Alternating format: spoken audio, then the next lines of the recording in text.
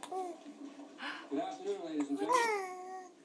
I'd like to introduce to you a very brave young lady. What you doing? Dr. Kate McKinney. Dr.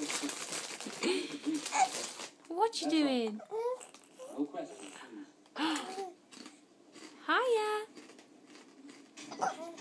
Hi, Isabella.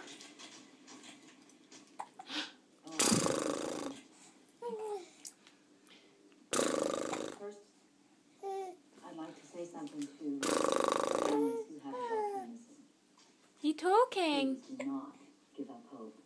You talking? There are other women where I was held, and I believe in my heart that they're still alive. Second, to the boy who pushed me out of the river and saved my life, and to the nurses